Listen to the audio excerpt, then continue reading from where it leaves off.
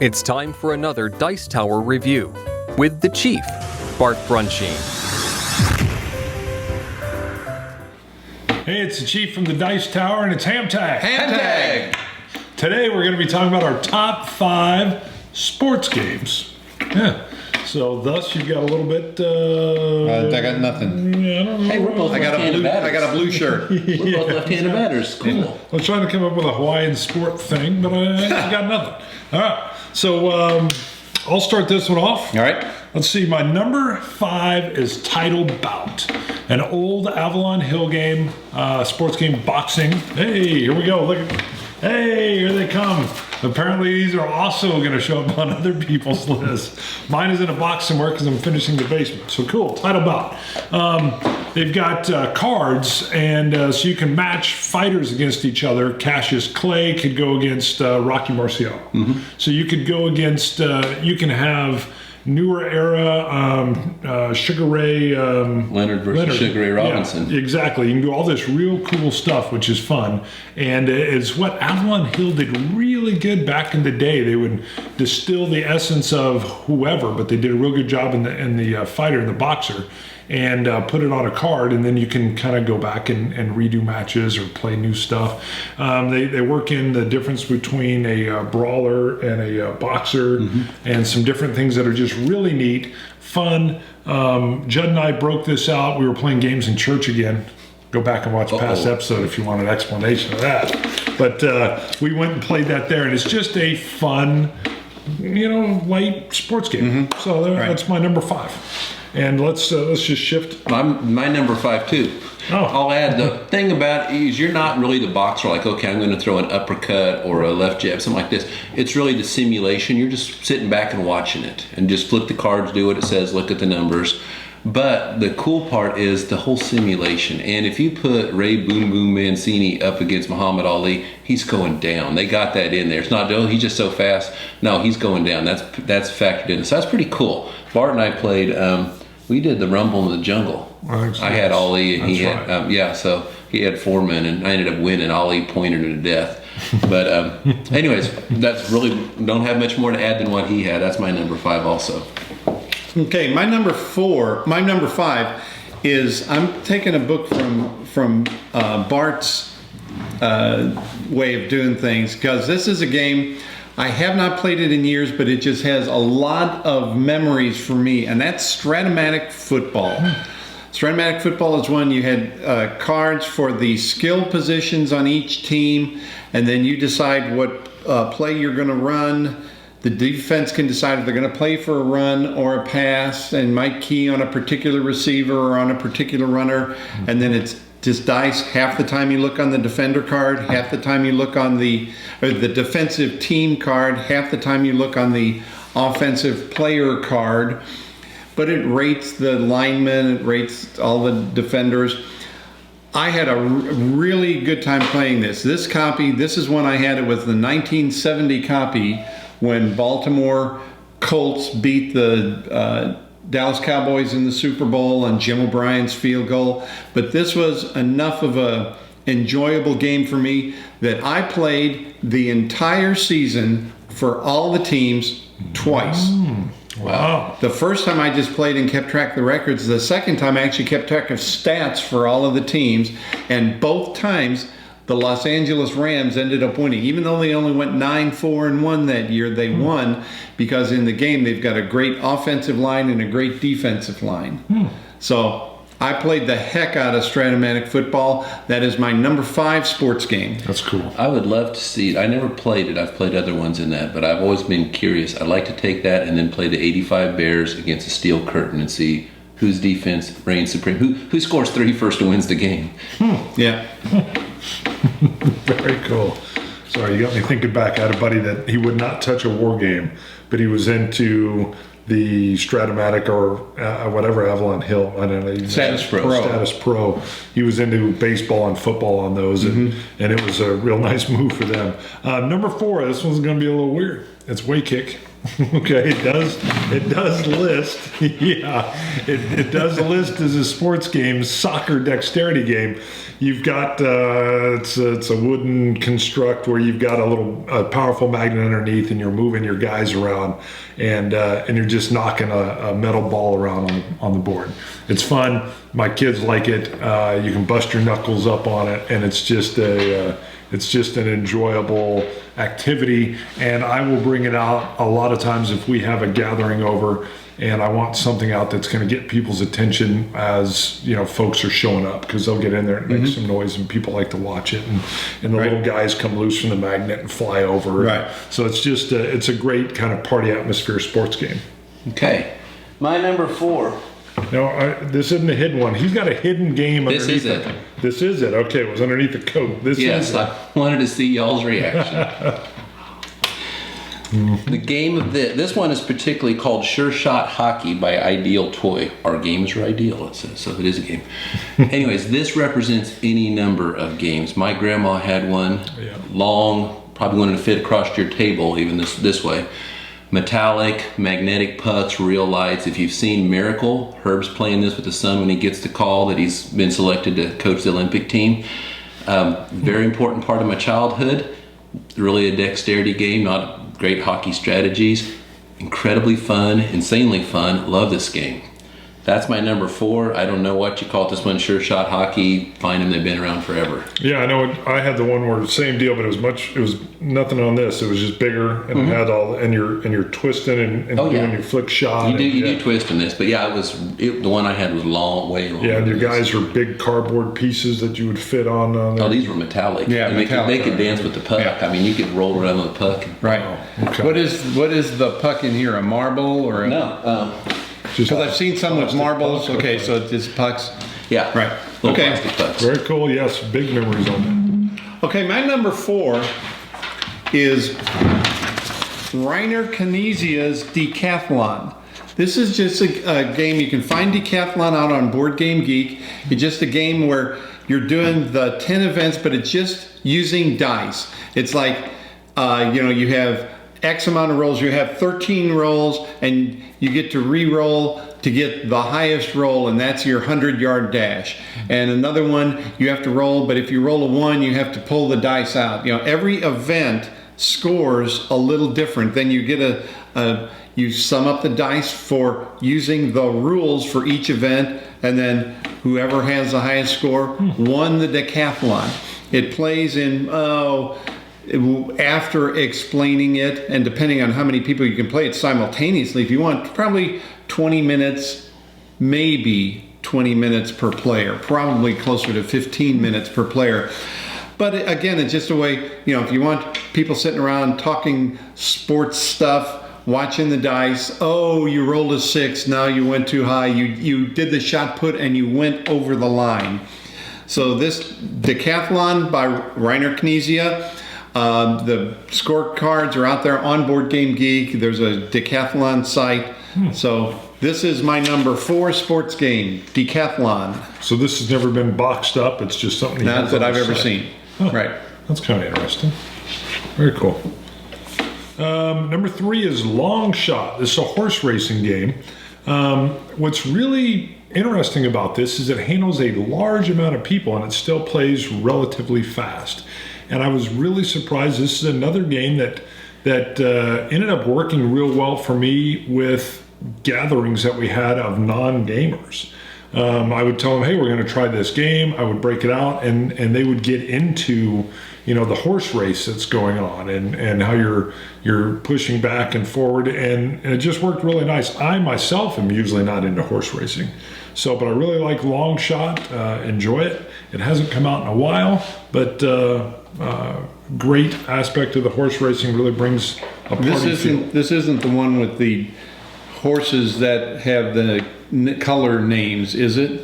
Yes. I think Okay. Yes. Yeah. Where you've got them the different colored names and Right. and, Okay. Yeah. That's Okay. And then when you get into that final part of the track, there's some different things where. Right. Yeah. So, Okay. Okay, my number 3, Stratomatic Baseball. I think it's the most elegant, beautiful sports game ever made. Why is it not number one? It should be. I started playing in '88. If I would have got it before the Yankees traded Nettles in '84 and my innocence was lost forever, it probably would be number one. Only baseball game at Cooperstown in the Hall of Fame.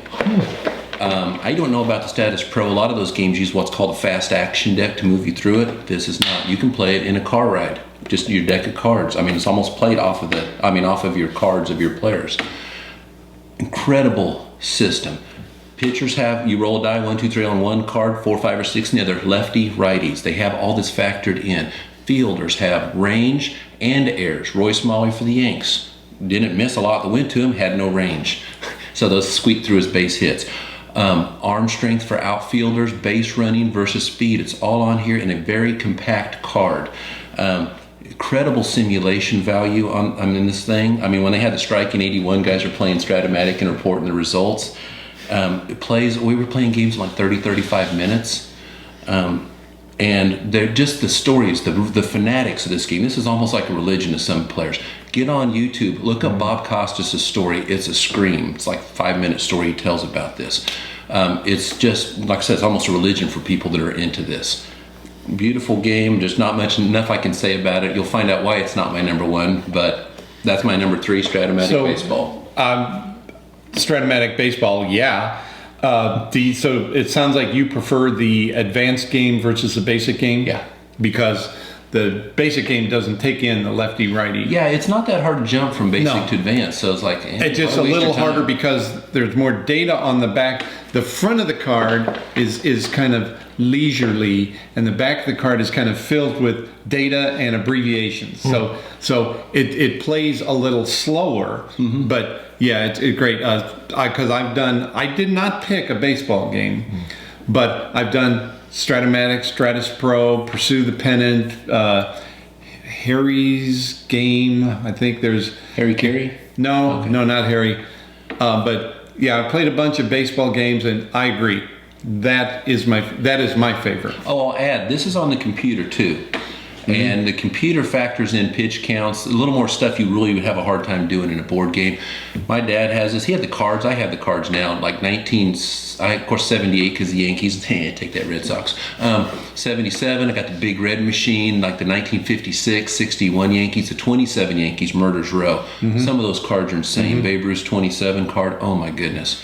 Roger Maris is 61. Some of this stuff we even made up. You can send it in stats, and they'll make up a card for you. That's so we put. I'm hearing that you can go online and buy new teams and stuff. Right. Yes, my dad and I made up cards of ourselves as a pitcher and a hitter. Basically, we're Bob Gibson, Ron Guidry from '78, and then our hitters were Joe DiMaggio and Ted Williams. Just the stats alone. So you played this with your dad a lot. Oh yeah. Cool. Yeah, I had 1978 Status Pro when Guidry went 25-3. Yeah, 1.74 ERA. Still remember those numbers.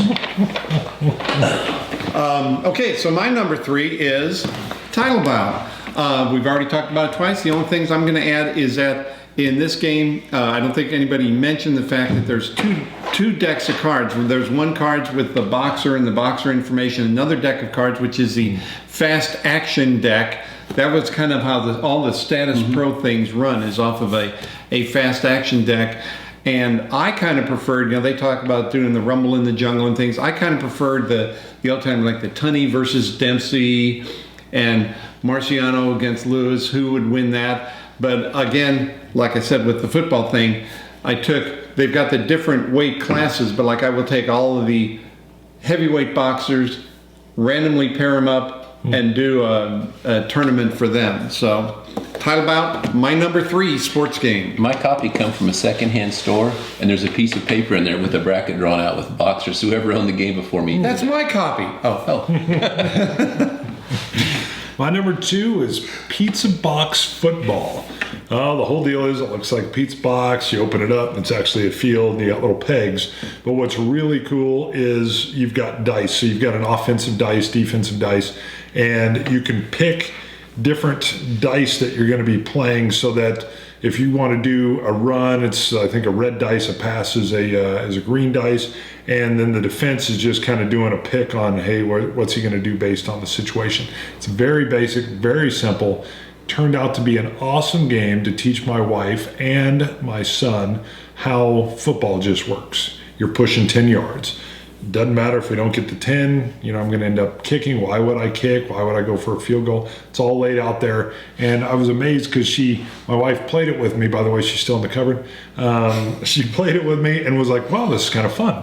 So she liked just that guessing aspect and then the randomness of the roll. And there wasn't a whole lot of thinking going on, but I really like it. So I'm not familiar with Pizza Box. Do you pick a play and then roll a result? Yeah, you have a team that has some strengths and weaknesses, first of all, and their card tells you some different... A real team? Well... New York Giants, Dallas Cowboys real, or... Kind of, but they can't use their names. Got it. Yeah, and because you can go by the years, and it's going to kind of match what that team is for that year.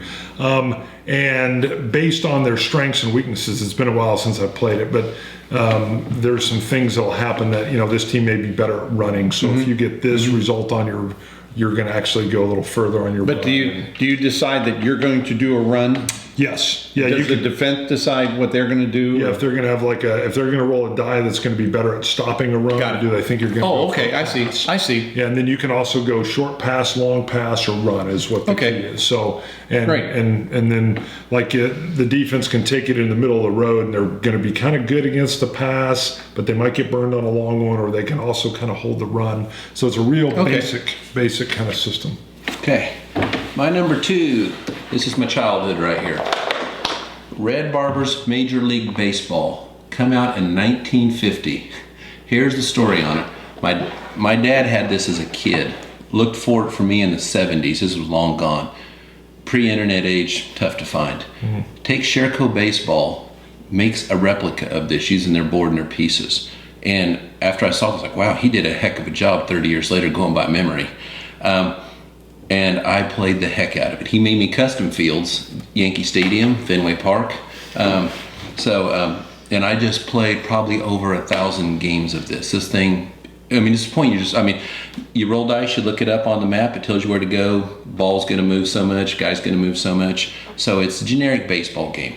It says based on over stats. Where that comes from is all these games I played, the scores were pretty reasonable. It wasn't like every game average was 10-9. They were pretty low scoring affairs because 1950 pitcher's mound was really high. The scores were lower. So you'll get that. What's funny is since it's just roll the die who's ever up, my dad would say, Mickey Mantle would strike out 3 times and Whitey Ford would hit 2 home runs. But the scores would work overall. Love this game. It was my childhood. We finally found it. If you know anything about this game, there's only 3 people on Board Game Geek had this listed as owned. I'm one of them. Your jaw is probably open saying, oh my goodness, you're holding $1,000 game. Not quite. My copy is very beat up. The box is just trashed. A few of the pieces are missing. Still ran $500 on eBay. My dad wanted a copy. This is a replica box. He knows a guy that builds them, so he built a replica. But it does look really incredible. So it's his childhood, my childhood. Love this game. And once you knew all the numbers on the thing, you could just roll 6, 5, 1. Oh, that's a double. If there's a guy on first, he'll score. That kind of stuff. So yeah, I could play it in a car even. Great game. Red Barber's Big League Baseball. Okay, before we move off of that one, you've got to share the tagline for it. I can see the tagline. That's great. All the thrills, excitement, and suspense of real baseball. Suspense. You got to love these people who are endorsing the game. Casey Stengel, Tommy Heinrich, Pee Wee Reese. Old school. Excellent. When I mentioned this on The Geek, I did a review of it. One of the guys who had commented on it said, my dad designed this game, and I remember making the pieces in the garage. Man, I wish I would. If I'd known me to got this 3 years later, I'd have said, do you have any more of those pieces? Yeah, even one, just to mount and store. Okay, my number 2 game, we go from boxing to wrestling. Yes. Wrestling is a game about the totally accurate and there's nothing fake about wrestling. Professional wrestling. In this one, you've got a card for the different wrestlers. You've got I can't even remember some of the Champ, who's a Hulk Hogan type. There's a Brutus the Barber Beefcake type. There's Jimmy Superfly Snuka type. So it's all of the professional wrestlers. Then there's an action deck to chop them across the throat or do a flying elbow from the top rope. If you're a dirty wrestler, then there's some, you can do an eye gouge, you can do a choke hold, your manager can come in and help. This, it's a great, you wear the guy down, then you try to pin him, but he might have a power move to push you off of him. It really works great in a tag team. Tag team is, I think, when this game really shines. So for me, just a fun time wrestling, my number 2 sports game. Did they upgrade cards like they did in Status Pro? Or they did not upgrade cards. The General came out with some additional wrestlers, but they never changed the action deck that I know of. And Greg will still break that out every once in a while with the board game group and stuff. Yep. And get people to just play. All right. My number 1 is K2. It's a new game. It's all about climbing the mountain. So yes, it's still listed as a sports game. I know that's not the typical sport, but K2 is a great, the designer's from Poland, I think, and he's actually climbed a lot of these mountains. And he really came up with a good game that kind of pushes that struggle to hit the peak. But boy, you got to time it. You got to get down. You can get jammed a little bit. The weather's changing. You can kind of see what the weather's going to be a little bit, but only 3 days. And then there's the scoring thing on the side, which is however far you go up. It's kind of like you're pushing a meter up. I really like it. You're working between your energy to climb and your it's not conditioning. It's acclimatization. And so you've got to really kind of watch what you're doing, and you got a hand of cards, and you're playing these cards down and then reshuffling the same cards and taking them back into your hand. Fun game. It's a very Euro feeling kind of game, but a lot of theme in there as well. Okay. I always name my climbers. There's usually a Sven just throwing out. So, Tenzing I played Norgay. that. yes. I made my move to the top, and they blocked me on the way Yeah, down. So my that's- guy froze to death on the Yeah, I mountain. found that out too. The gamer aspect is, yeah, you better be careful. If you hit the peak and someone's there below you, you can't double stack on that next one down, and they'll just step up, and you're going to be stuck on the peak for a little bit. So yeah. There's murder on there. My number 1 game is my second most played game in my life, next to Red Barber Baseball. Stratomatic Pro Basketball. This was my post-college obsession until I rediscovered war games. Come out in 73, redone in 81. Important fact, because I got the 73 looking to get Wilt Chamberlain in there so he could take it to Jordan. Cards don't match. Anyway, the game, I started on Status Pro, moved up to this one. The difference that this one I really enjoyed about it so much more was that the other game is more of you're a coach on the side and you have no control over it. You just flip the deck and it does what it does, and rebounding is a little too overpowered. This one, it might say you get a pass to a guy with a certain gunner rating, I like to call it. Make sure you're not feeding some guy who never shoots. And you have a little bit more choice on the court. Also breaks down your shooting: outside, penetration, inside, fast break, and 3-point. So guys if you put guys who are all slashers like the Spurs used to have in the early days of Robinson, you're going to suck because they're going to sag on you, and you got nobody to make them pay. So they got all this factored in. They got defense, just not how well you shut somebody down, how much you foul, how much you steal, how much you make the guy give up the ball. They got defense for each of those categories. Guards usually aren't any good at stopping anybody in the inside, so when you get in a switch, you take advantage. It has passing in the fast break and the half court, because some guys are better at one than the other. Offensive and defensive rebounding. Some guys are really, really good. Like, usually guys just stay away from the basket. Larry Bird is a really good defensive rebounder. He's usually too far away to get him on the offensive. Some guys just own the offensive glass. Larry Smith. So this is all in there. College, I played this thing, ran the league. We had six guys. We drafted up our teams. Oh my goodness, this thing was an obsession. I kept the stats on my Apple IIc computer. We'd trade, we'd bargain, 20-game seasons. I mean, we played this for 3 years up there. Never won it, always got second. I would play, as soon as the cards come out, I'd play NCAA style tournament. Throw them in there. I've played basic, advanced way better. But, it's dice. Anything can happen. You play this as many times, you'll see that weird thing happen. I saw it when Reggie Miller went off for 74 points in a game. Never came close to that again. But just everything was hit, like 25 of 26 shooting. But anyways, played that. play great teams from the past: 96 Bulls, 86 Celtics. That was played a 7-game series, posted on the Geek.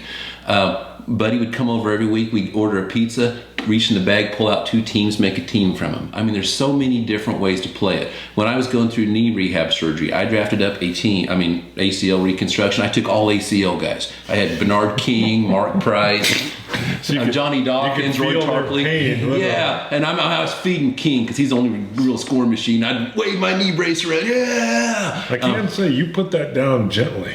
Like it has a lot of meanings to it. This is I think I have 3 or 4 copies. Most of my other boxes are shattered. Yeah. Oh, the red barber ones, that's the one I trade like the grail. Just for protection, almost just the... But yeah, I've got tons of these seasons. You just buy the seasons. You don't have to keep buying the game. You can just buy the season card. So I've got like 9 seasons. Also on the computer, the only weakness of this thing is it doesn't really have, and it's hard in a board game, to factor in your fatigue. They require you so much rest, but it doesn't, if you play smart and realistically and run it, yeah, it'll work out. You could say, oh, you require 6 minutes rest for the whole game, I'll rest in the first 6. Not realistic.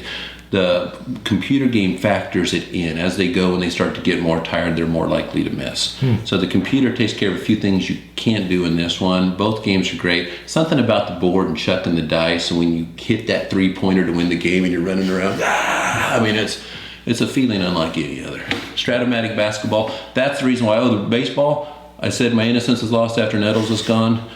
During the 80s, late 80s, 90s, I was an NBA fanatic. I knew every player, every salary, strengths, weaknesses, his college, all this stuff. So basketball was huge for me through the 90s. So that's why it's number one, Stratomatic Pro Basketball. And my number 1 sports game is NHL Icebreaker. This is just a card game that replicates, it's kind of a generic hockey. There's, they have the real teams, and there's a very minor effect for your team. But basically, you got 2 hands of cards. It's a game of war. You both play a card, high card wins. But what happens on the card is the puck moves around the ice. So I might, be able to advance and then advance into the scoring zone. We play against each other. He played the higher card, so the goalie stops the shot. There's a similar game on football. In that one, there's no it seems to me that you just play the high card. Here, there's a little more strategy because you're willing to play a medium range card, hoping he won't play the high card, because then you want your high card for when you take the shot. There's places in there as you move around the map, there are some breakaway shots. There's places where you might have penalties, you might have body checks. It handles the timing good. So Icebreaker for me, you play the 3 periods. It probably takes about a half hour. It's not particularly realistic. A lot of the scores might be 9-8.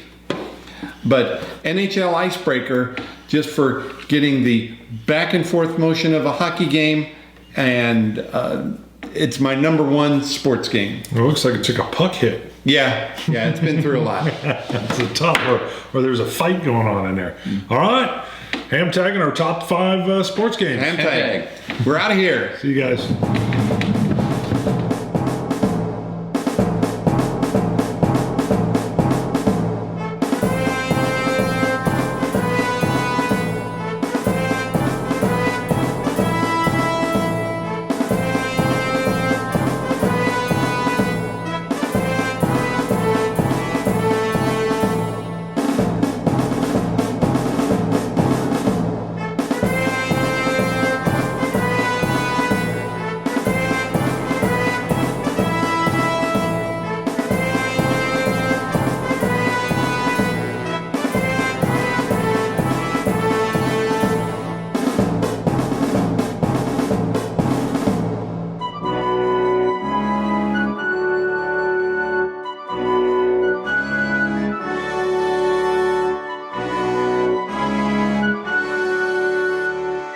Thanks so much for watching the Dice Tower videos. Find more great videos and reviews, as well as our top-rated audio podcast at Dicetower.com. You can also find other great shows at DicetowerNetwork.com. I'm Eric Summerer, and you've been watching The Dice Tower. The Dice Tower is sponsored by Cool Stuff Inc., where you can find great games for great prices. Cool stuff in stock.